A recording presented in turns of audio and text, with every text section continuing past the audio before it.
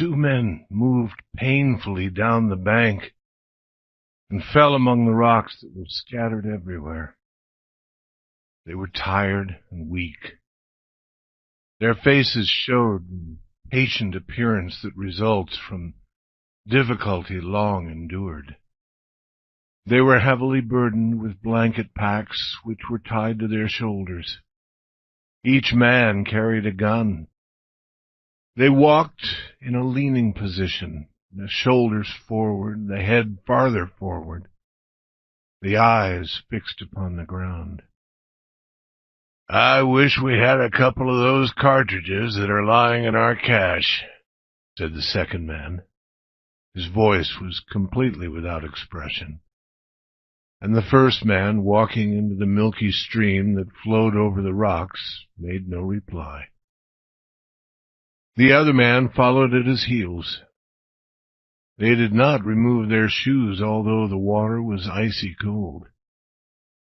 It was so cold that their feet soon were without feeling.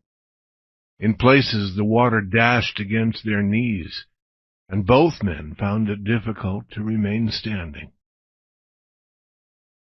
The man who followed slipped upon a smooth rock and nearly fell. He recovered his footing with great effort, at the same time uttering a sharp cry of pain. He seemed faint, and stretched one hand forward, seeking support against the air.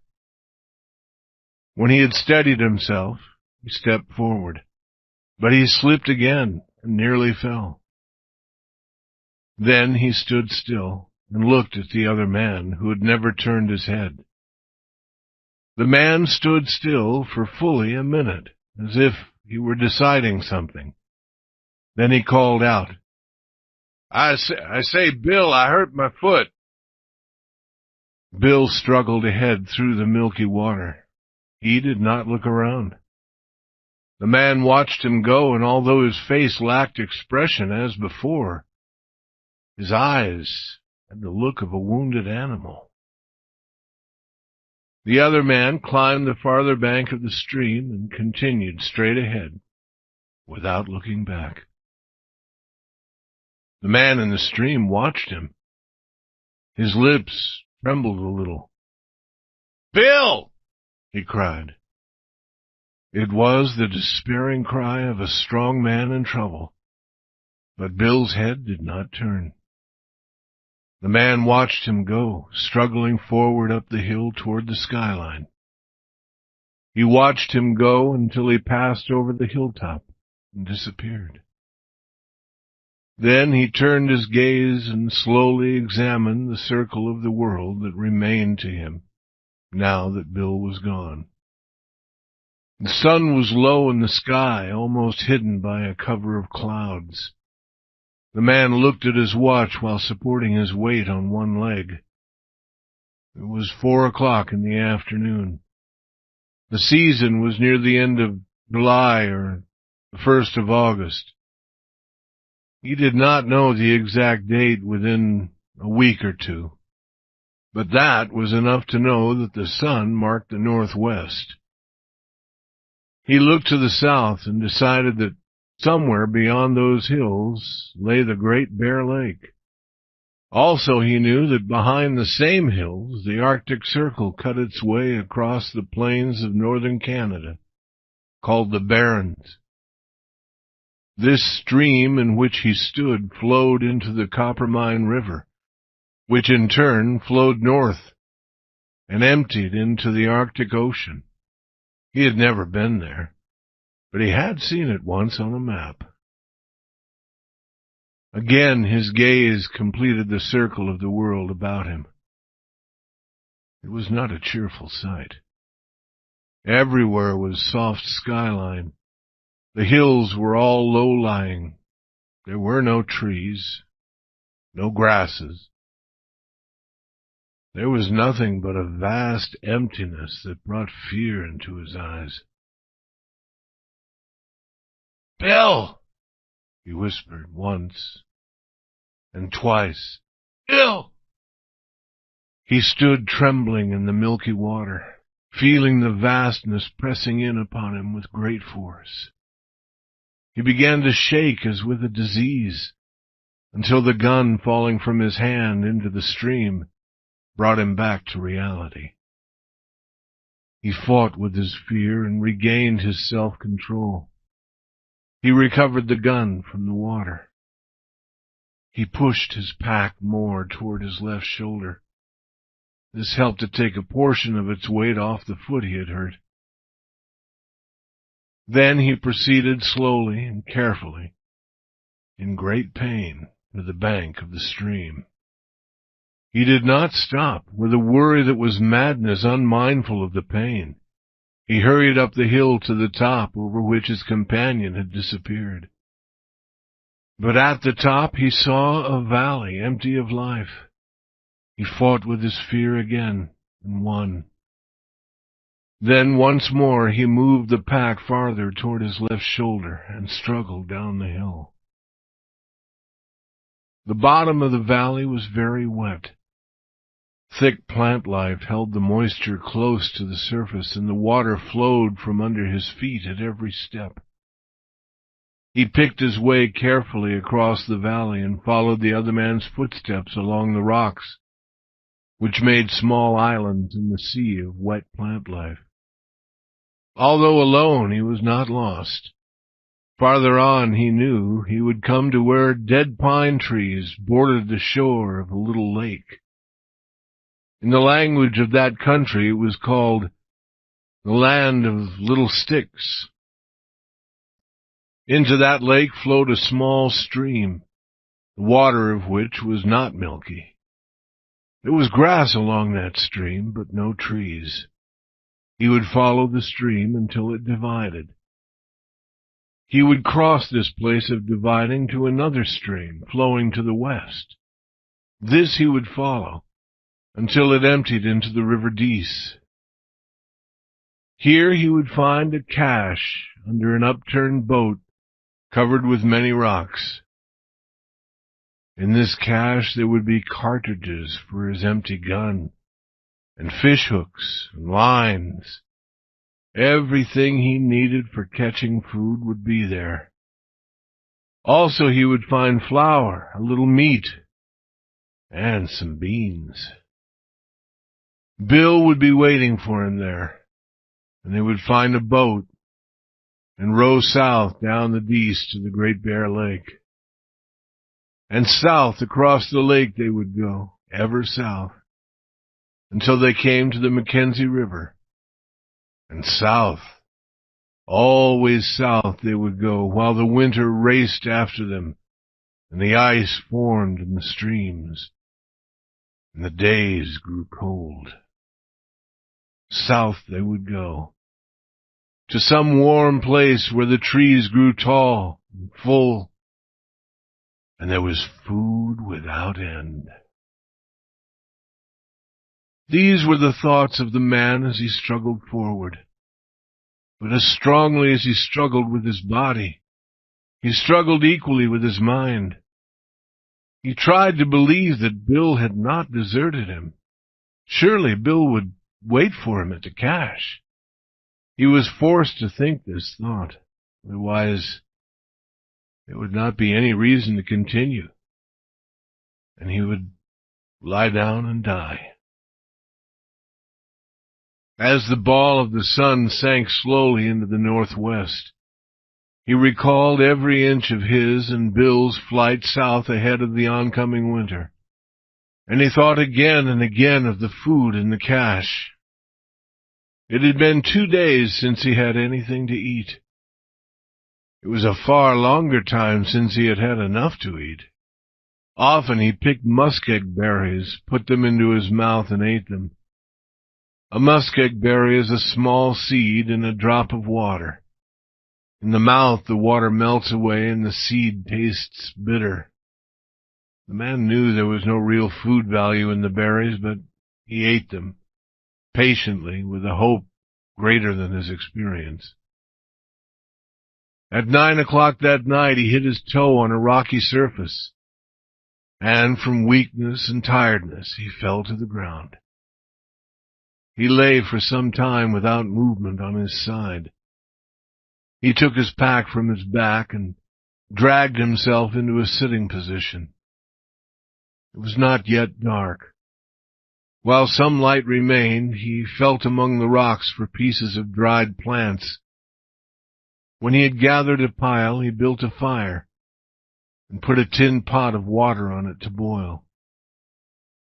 He unwrapped his pack. The first thing he did was to count his matches. There were 67. He counted them 3 times to be sure. He divided them into several portions, wrapping them in paper. He put one portion in his empty tobacco pack, another in the inside band of his hat, and a third under his shirt against his flesh. This accomplished, he began to worry whether he had counted correctly. He unwrapped them all and counted them again. Yes, there were 67. He dried his wet shoes and socks by the fire. The moccasins were badly torn. His socks were worn through in places and his feet were bleeding. The area between his foot and leg, the ankle, was very painful. He examined it.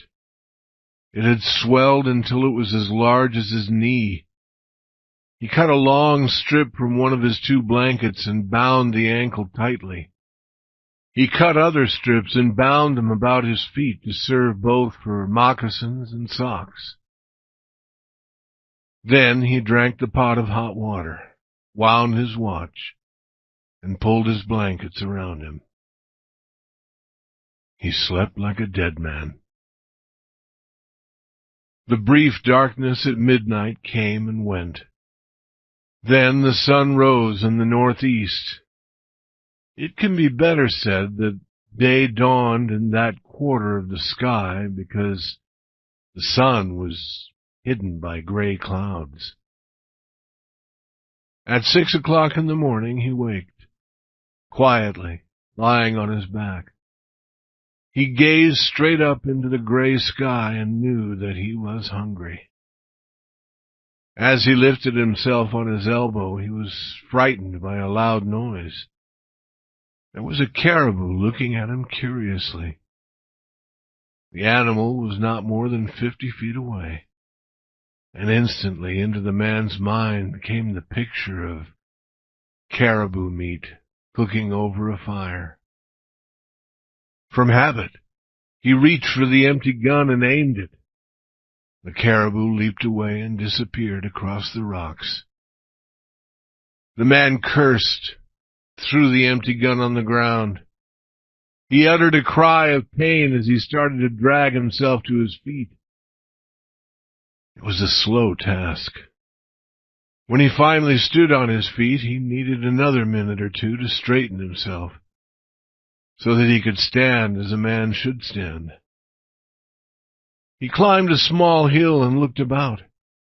There were no trees, no bushes. There was nothing but grassy, gray plants and some gray rocks and gray streams. The sky was gray. There was no sun or promise of sun. He had no idea where north was, and he had forgotten how he had come to this spot the night before. But he was not lost, he knew that. Soon he would come to the land of the little sticks. He felt that it lay to the left somewhere, not far. Possibly it was over the next low hill. He returned to prepare his pack for traveling. He assured himself of the existence of his 3 separate portions of matches, although he did not stop to count them. But he did pause, trying to decide what to do about a bag made from moose skin. It was not large. It could be covered by his 2 hands. But he knew it weighed 15 pounds, as much as all the rest of the pack. This worried him. He finally set it to one side and proceeded to roll the pack. He paused again to gaze at the moose-skin bag. He picked it up quickly, with a quick glance around him. It was as if he thought the cruel wasteland was trying to steal it. When he rose to his feet, the bag was included in the pack on his back. He started walking to the left, stopping now and again to eat muskeg berries. His ankle had stiffened, but the pain of it was nothing compared with the pain of his stomach. His hunger was so great he could not keep his mind steady on the course he had to follow to arrive at the land of the little sticks. The berries did not help his hunger. Their bitter taste only made his tongue and mouth sore. He came to a valley where some birds rose from the rocky places. "Coo, coo, coo," was the sound of their cry. He threw stones at them, but could not hit them. He placed his pack on the ground and followed them as a cat advances on a bird. The sharp rocks cut through his trousers until his knees left a trail of blood. But the hurt was lost in the pain of his hunger. He moved his body through the wet plants, becoming wet and cold in the process. But he did not notice this, so great was his desire for food. Always the birds rose before him. Their cry of "coo, coo, coo" sounded as if they were laughing at him. He cursed them and cried aloud at them with their own cry. Once he came upon one that must have been asleep. He did not see it until it flew up in his face from behind some rocks. He grasped the air as suddenly as the rise of the bird, and there remained in his hand 3 tail feathers. As he watched its flight, he hated it. He felt that it had done him some great wrong. Then he returned to where he had left his pack and lifted it again to his back. As the day continued, he came into valleys where game was more plentiful. 20 or more caribou passed by within easy shooting distance of a gun. He felt a wild desire to run after them, certain that he could catch them. A small black animal came toward him carrying a bird in his mouth. The man shouted. It was a fearful cry, but the animal, leaping away in fright, did not drop the bird. Late in the afternoon, he followed a stream which flowed through some thick grass. He grasped these grasses firmly near the root and pulled up what looked like a vegetable. It was round and white. Eagerly he sank his teeth into it. It was tender on the outside and gave the promise of food, but its inside was hard and stringy, and like the berries, it had no food value. Nevertheless, he threw off his pack and went among the grasses on his hands and knees, eating the grass like a cow. He was very tired and often wished to rest, to lie down and to sleep. But he was led on, not so much by his desire to find the land of the little sticks, as by his hunger. He looked into every pool of water, searching without success for things to eat. Then, as the night darkened, he discovered a single small fish in one of these pools. He plunged his whole arm in, but the fish escaped his grasp. He reached for it with both hands and stirred the mud at the bottom of the pool. During his excitement, he fell in, getting wet as high as his shoulders. Then the water was too cloudy with mud to allow him to see the fish. He was forced to wait until the mud had again settled to the bottom. Then he tried again, until the water was again filled with mud, but he could not wait. He took a tin container from his pack and began to empty the water from the pool. He threw it out wildly at first, and so short a distance that it flowed into the pool again. He worked more carefully, trying to be calm, but his heart was pounding and his hands were trembling. At the end of a half an hour, the pool was nearly dry. Not a cupful of water remained. And there was no fish. Then he discovered a narrow opening among the stones through which it had escaped into a larger pool. A pool which he could not empty in a night and a day.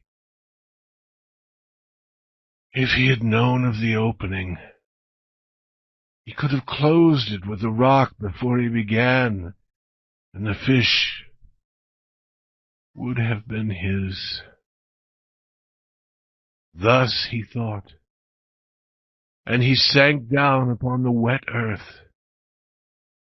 At first he cried softly to himself, and then he cried loudly to the uncaring wasteland around him. He built a fire and warmed himself by drinking hot water. Then he built a camp on the rocks as he had done the night before. The last things he did were to be certain that his matches were dry, and to wind his watch. The blankets were wet. His ankle pained him, but he knew only that he was hungry. Through his restless sleep he dreamed of feasts and food, served in all imaginable manners. When he awakened, he was cold and sick. There was no sun. The gray of the earth and sky had become deeper. A cold wind was blowing, and snow was whitening the hilltops. The air about him grew white with snow as he made a fire and boiled more water. But it was wet snow, half rain. At first it melted as soon as it hit the earth, but it continued falling, covering the ground and destroying his fire. This was a signal for him to put his pack on his back and struggle forward. He knew not where.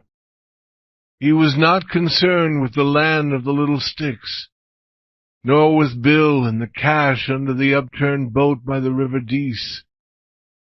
He was mad because of hunger. He did not notice the course he followed, except that it led him through the bottoms of the valleys. He felt his way through the wet snow to the watery muskeg berries, and was guided by touch as he pulled up the grass by the roots. But it had no taste, and did not satisfy his hunger. He had no fire that night, nor hot water. He pulled his blanket around him to sleep the broken sleep of hunger. The snow became a cold rain. He awakened many times to feel it falling on his upturned face. Day came. It was a gray day with no sun. It had ceased raining. The sharpness of his hunger had departed. There was a dull pain in his stomach, but it did not trouble him so much. He was more in control of himself, and once again he was interested in the land of little sticks and the cache by the river Dease.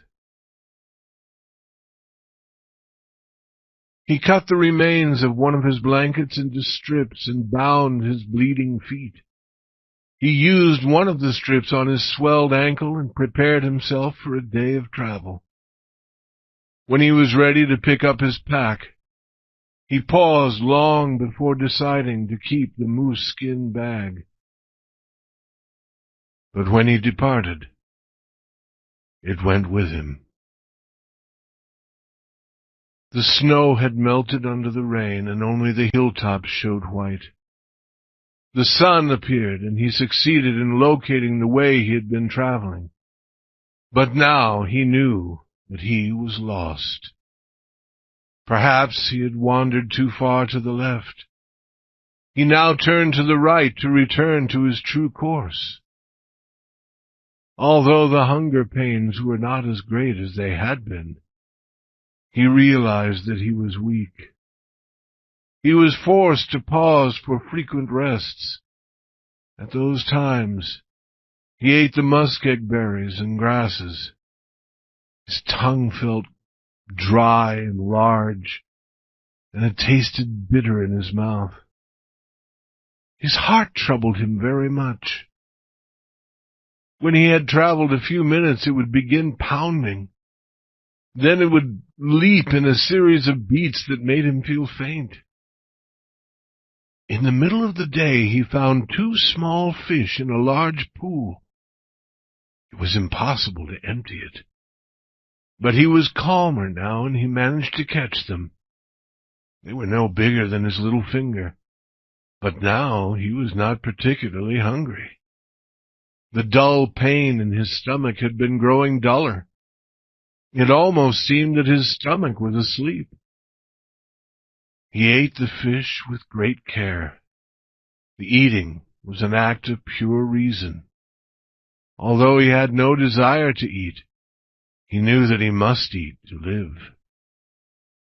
In the evening, he caught 3 more small fish, eating 2 and saving the 3rd for breakfast. The sun had dried the wet plants, and he was able to build a fire. He had not traveled more than 10 miles that day. The next day, traveling whenever his heart permitted, he went no more than 5 miles. But his stomach did not give him any pain. It seemed to be sleeping. He was now in a strange country, too, and the caribou were becoming more plentiful. There were wolves also. Their howls could be heard across the land, and once he saw 3 of them crossing his path. Another night passed, and in the morning, being more reasonable, he untied the leather string that held the moose-skin bag. From its open mouth poured a yellow stream of gold dust. He divided the gold into 2 equal parts. 1/2 wrapped in a piece of a blanket, he hid among a large formation of rocks. The other half he returned to his bag. He also began to use strips of the 1 remaining blanket for his feet. He still kept his gun, because there were cartridges in that cache by the River Dease. This was a cloudy day, and this day hunger waked in him again. He was very weak. It was no uncommon thing now for him to fall. Once he fell into a bird's nest. There were 4 tiny birds, a day or so old, no more than a mouthful. He ate them greedily, putting them alive into his mouth and crushing them like eggshells between his teeth. The mother bird flew about him with cries of anger. He used his gun as a club with which to hit her, flew beyond his reach. He threw stones at her and by chance broke a wing. She then ran away, dragging the broken wing, with him following her. The little birds had not satisfied his hunger. He jumped along on his painful ankle, throwing stones and screaming loudly at times. At other times he struggled along silently, picking himself up patiently when he fell, or rubbing his eyes with his hand when faintness threatened to overpower him. The bird led him across some wet ground in the bottom of the valley. He discovered footprints in the wet grasses. They were not his own, he could see that. They must be Bill's. But he could not stop because the mother bird was running ahead. He would catch her first, then he would return and examine the footprints. He tired the mother bird, but he tired himself also. She lay on her side, breathing heavily. He lay on his side, a dozen feet away, unable to move toward her. And as he recovered, she recovered. She flew beyond reach as his hungry hands stretched out to catch her. The hunt started again. Night darkened, and she escaped. He fell because of weakness, cutting his face. He did not move for a long time. Then he rolled on his side. He wound his watch and lay there until morning. It was another gray day. Half of his last blanket had been used for foot wrappings. He failed to find Bill's trail again. It was not important. His hunger drove him on. He wondered if Bill too were lost. By the middle of the day, the weight of his pack became too great. Again he divided the gold, this time merely pouring half of it on the ground. In the afternoon, he threw away the rest of it. There remained now only the half of the blanket, the tin container, and the gun. A hallucination began to trouble him.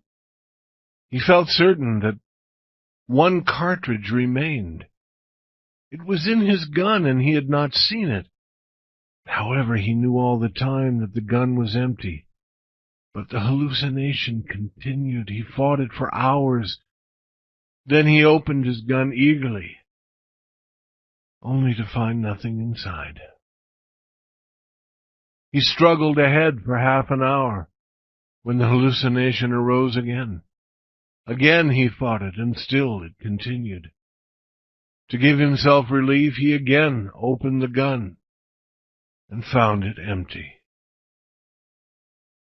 At times his mind wandered even further, but these moments away from reality were brief, because always the pains of hunger forced him to return. Once, as his mind was wandering, he was returned to reality by a sight that almost caused him to faint. Before him stood a horse. A horse! He could not believe his eyes. A thick cloud was in his eyes, flashing with points of light.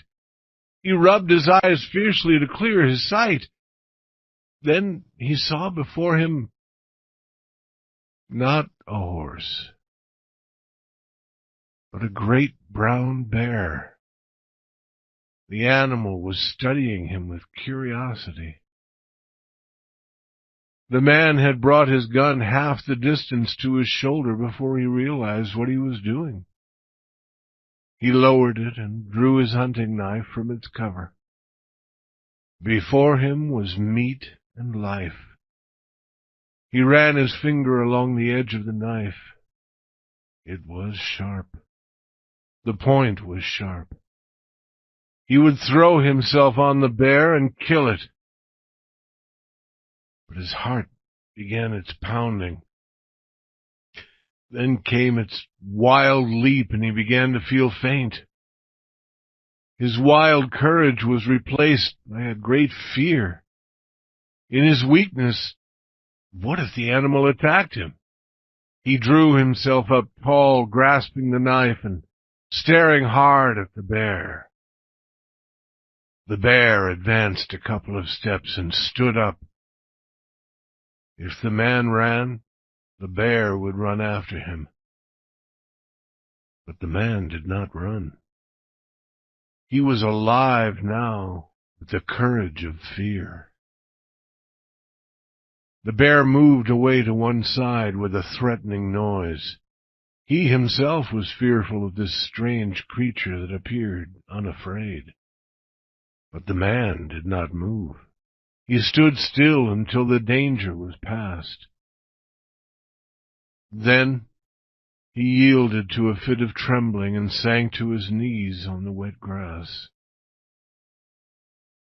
He regained control of himself and then started to move forward, afraid now in a new manner. It was not the fear that he would die from lack of food. He was afraid that he would be destroyed by forces other than starving. There were the wolves.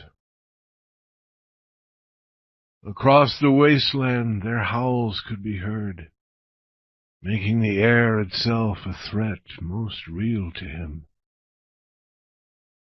Now and again the wolves in groups of 2 and 3 crossed his path, but they stayed away from him. They were not in sufficient numbers to attack, and besides, they were hunting caribou. Caribou did not matter, while this strange creature that walked on 2 legs might bite. In the afternoon he came upon scattered bones where the wolves had made a kill. What remained had been a young caribou an hour before. He studied the bones, cleaned of any flesh. They were still pink with the life in them which had not yet died. Might he look like that before the day was done? Was this life a fleeting thing without meaning? It was only life that pained. There was no hurt in death. To die was to sleep. It meant rest. Then why was he not content to die? But he did not think about these things for very long. He was soon seated in the grass, a bone in his mouth, biting at the bit of life that made it yet pink. The sweet, meaty taste drove him mad. He closed his teeth firmly on the bones. Sometimes it was the bone that broke, sometimes his teeth. Then he crushed the bones between the rocks. He pounded them into tiny pieces and ate them. He was in such a hurry that he pounded his fingers, too. He felt surprised at the fact that his fingers did not hurt much when they were caught under the rock. Then came frightful days of snow and rain. He did not know when he made camp and when he broke camp. He traveled in the night as much as in the day.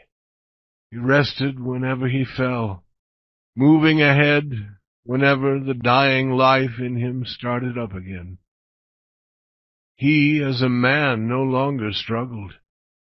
It was the life in him, unwilling to die, that drove him on. He did not suffer, nor feel pain, but his mind was filled with hallucinations and wild dreams. But he still ate the crushed bones of the young caribou, which he had gathered and carried with him. He crossed no more hills, but followed a large stream which flowed through a wide valley. He did not see this stream, nor this valley. He saw nothing except hallucinations. One morning he awakened with his mind clear, lying on his back on a rocky surface. The sun was shining bright and warm. Far away he heard the noises made by the young caribou. He remembered rain and wind and snow. But whether he had been beaten by the storm for 2 days or 2 weeks, he did not know. For some time he lay without movement. The friendly sun poured down upon him and filled his body with its warmth. A fine day, he thought. Perhaps he could succeed in locating himself. By a painful effort, he rolled on his side. Below him flowed a wide river. Its unfamiliarity puzzled him. Slowly he followed it with his eyes as it curved among the bare hills. They were more bare and lower than any hills he had yet seen. Slowly, without excitement, he followed the course of the strange stream toward the skyline, and saw that it emptied into a bright and shining sea. He was still unexcited. Most unusual, he thought. It was probably a trick of his mind. He was certain of this when he also saw a ship floating in the shining sea. He closed his eyes for a while, then opened them. It was strange how the sight continued, yet it was not strange. He knew there were no seas or ships in the middle of this land, as he had known there was no cartridge in the empty gun. He heard a noise behind him. It seemed like the dry sound that comes from the throat when air is forced out in a cough. Very slowly, because of his weakness and stiffness, he rolled to his other side. He could see nothing near, but he waited patiently. Again came the cough, and there, between two rocks, he saw the gray head of a wolf. The sharp ears did not stand up as straight as he had seen them on other wolves. The eyes were dull, and the head seemed to hang. The animal opened and shut its eyes frequently in the sunshine. It seemed sick. As he looked, it coughed again. This was real, he thought. He turned on the other side to see the reality of the world which had been hidden from him before by his hallucination. But the sea still shone, and the ship was still there. Was it reality? He closed his eyes for a long while and thought. And then he remembered. He had been traveling north by east, away from the Dease Divide and into the Coppermine Valley. This wide river was the Coppermine. That shining sea was the Arctic Ocean. That ship was a fishing boat which had wandered east from the mouth of the Mackenzie River. Now it was lying in Coronation Gulf. He remembered the map that he had seen long ago, and it was all clear and reasonable to him. He sat up and turned his attention to immediate affairs. He had worn holes through the blanket wrappings, and his feet were like shapeless pieces of meat. His last blanket was gone. His gun and knife were both lost. He had also lost his hat somewhere, with the matches and the band. The matches against his chest were safe and dry inside the paper.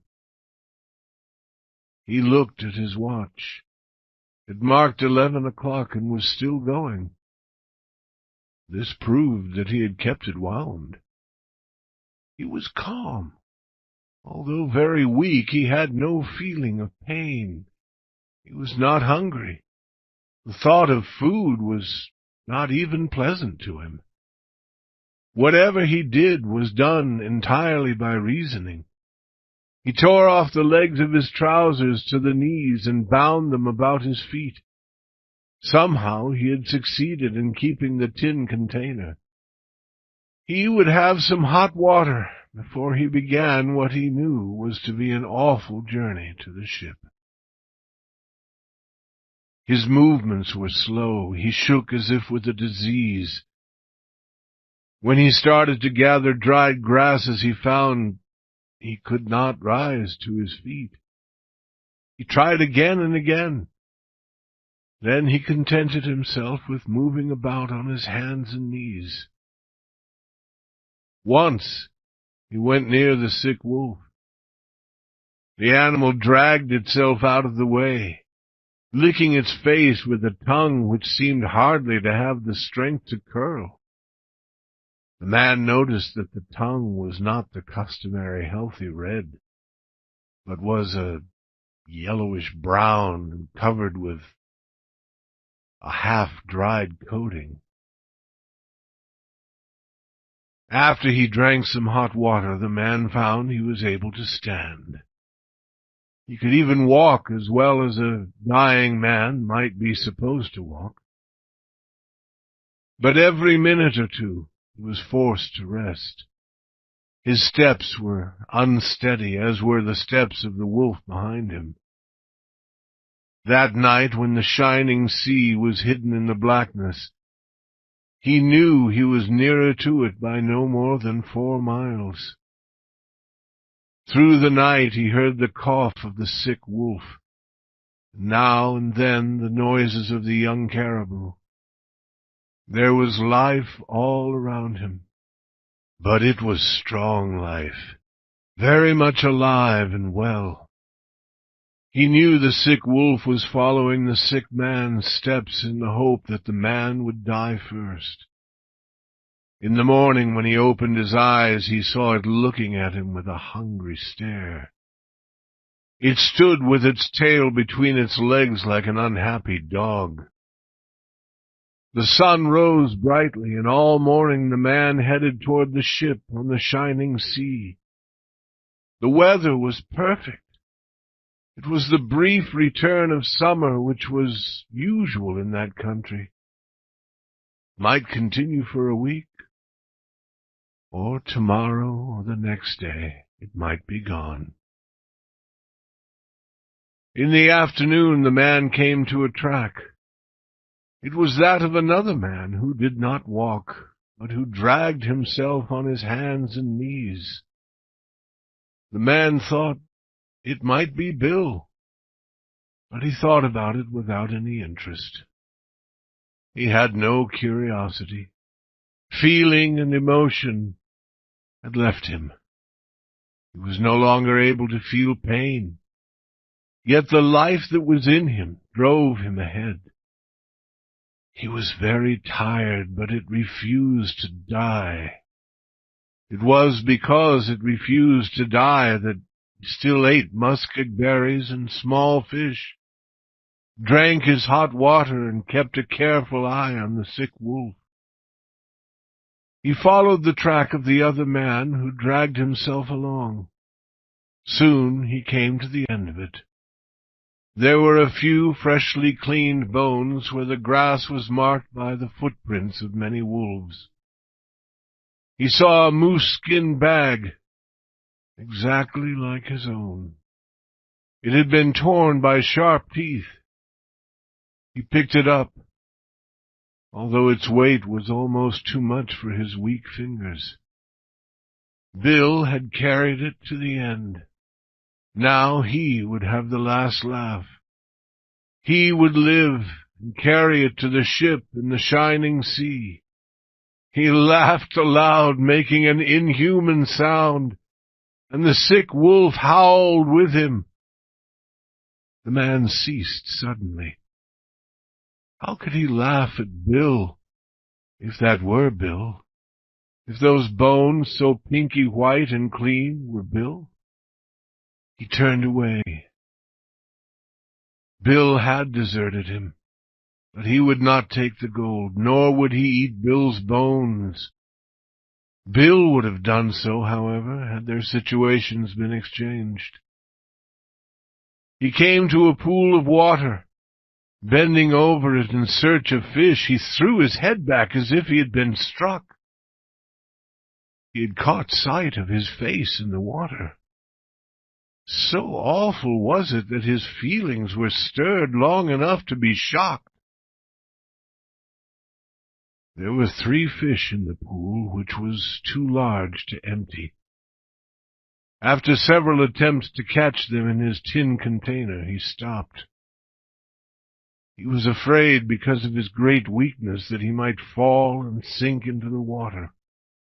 It was for this reason, too, that he did not trust himself to ride down the river atop one of the many logs to be found along its banks. That day he lessened the distance between him and the ship by 3 miles. The next day he traveled only 2 miles, because he was now dragging himself on his hands and knees, as Bill had done. At the end of the 5th day, the ship was still 7 miles away. He was unable to travel as much as a mile a day. However, the summer weather continued, and he continued to move toward the ship. And always the sick wolf coughed at his heels. His knees had become red meat like his feet. Although he bound them with the shirt from his back, it was a red track he left behind him on the grass and stones. Once, glancing back, he saw the wolf licking his bloody track hungrily. He saw clearly what his own end might be, unless he could kill the wolf. Then began as awful an event as has ever been told. 2 sick creatures, dragging their dying bodies across a wasteland and hunting each other's lives. Had it been a well wolf, it would not have mattered so much to the man. But the thought of feeding the mouth of that nearly dead thing was hateful. His mind had begun to wander again, and he was troubled by hallucinations. His reasonable moments grew shorter. He was awakened once from a faint sleep by a cough close to his ear. The wolf leaped back, losing its footing and falling in its weakness. It was a funny sight, but he could not laugh. Nor was he afraid. He was too far gone for that.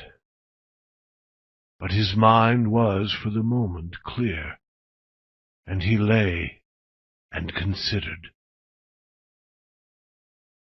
The ship was no more than 4 miles away. He could see it quite well when he rubbed his eyes. He could also see the white sail of a small boat cutting the water of the shining sea. But he could never drag himself those 4 miles. He knew that, and was very calm about the fact. He knew that he could not travel another half a mile, and yet he wanted to live. It was unreasonable that he should die after all he had been through. Fate asked too much of him, and dying he could not accept death. It was madness, perhaps, but in the very grasp of death he refused to die. He closed his eyes and tried to keep himself calm. He struggled against the awful desire for sleep that threatened him. It was much like a sea, this deadly sleepiness. It rose and rose, mastering his entire self bit by bit. Sometimes he was almost lost, swimming through its waters with a weakening effort. Then, by some strange power of the soul, his will would strike out more strongly against it. Without movement, he lay on his back. He could hear, slowly drawing nearer and nearer, the sound of the sick wolf's breathing. It came closer, always closer, and he did not move.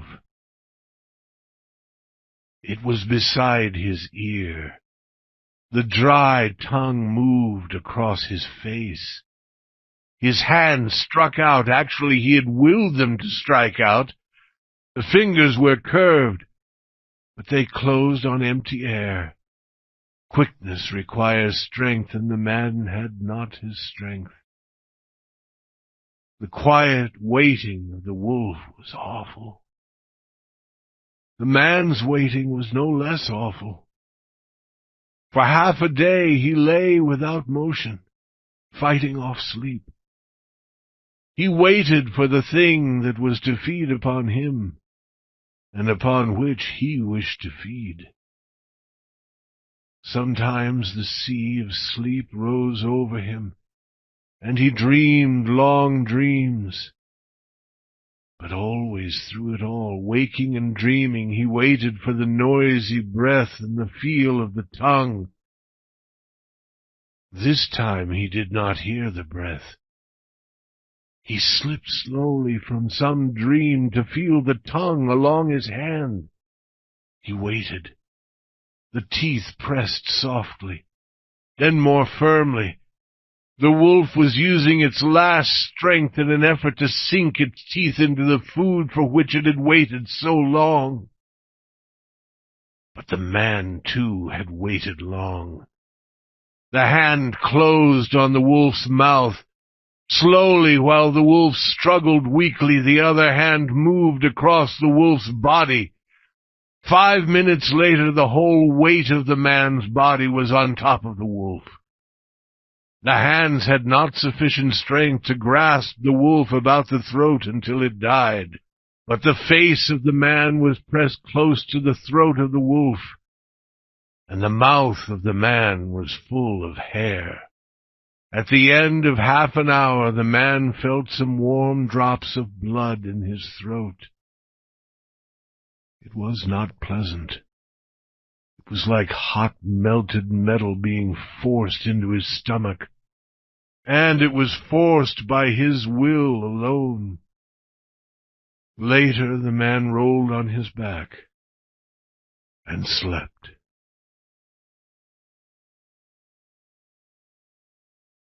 There were some scientists traveling on the fishing ship Bedford. From where they stood on the ship, they could see a strange object on the shore. It was moving down the beach toward the water. They were unable to decide what it was.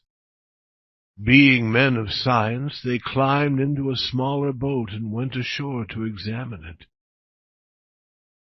And they saw something that was alive, but which could hardly be called a man.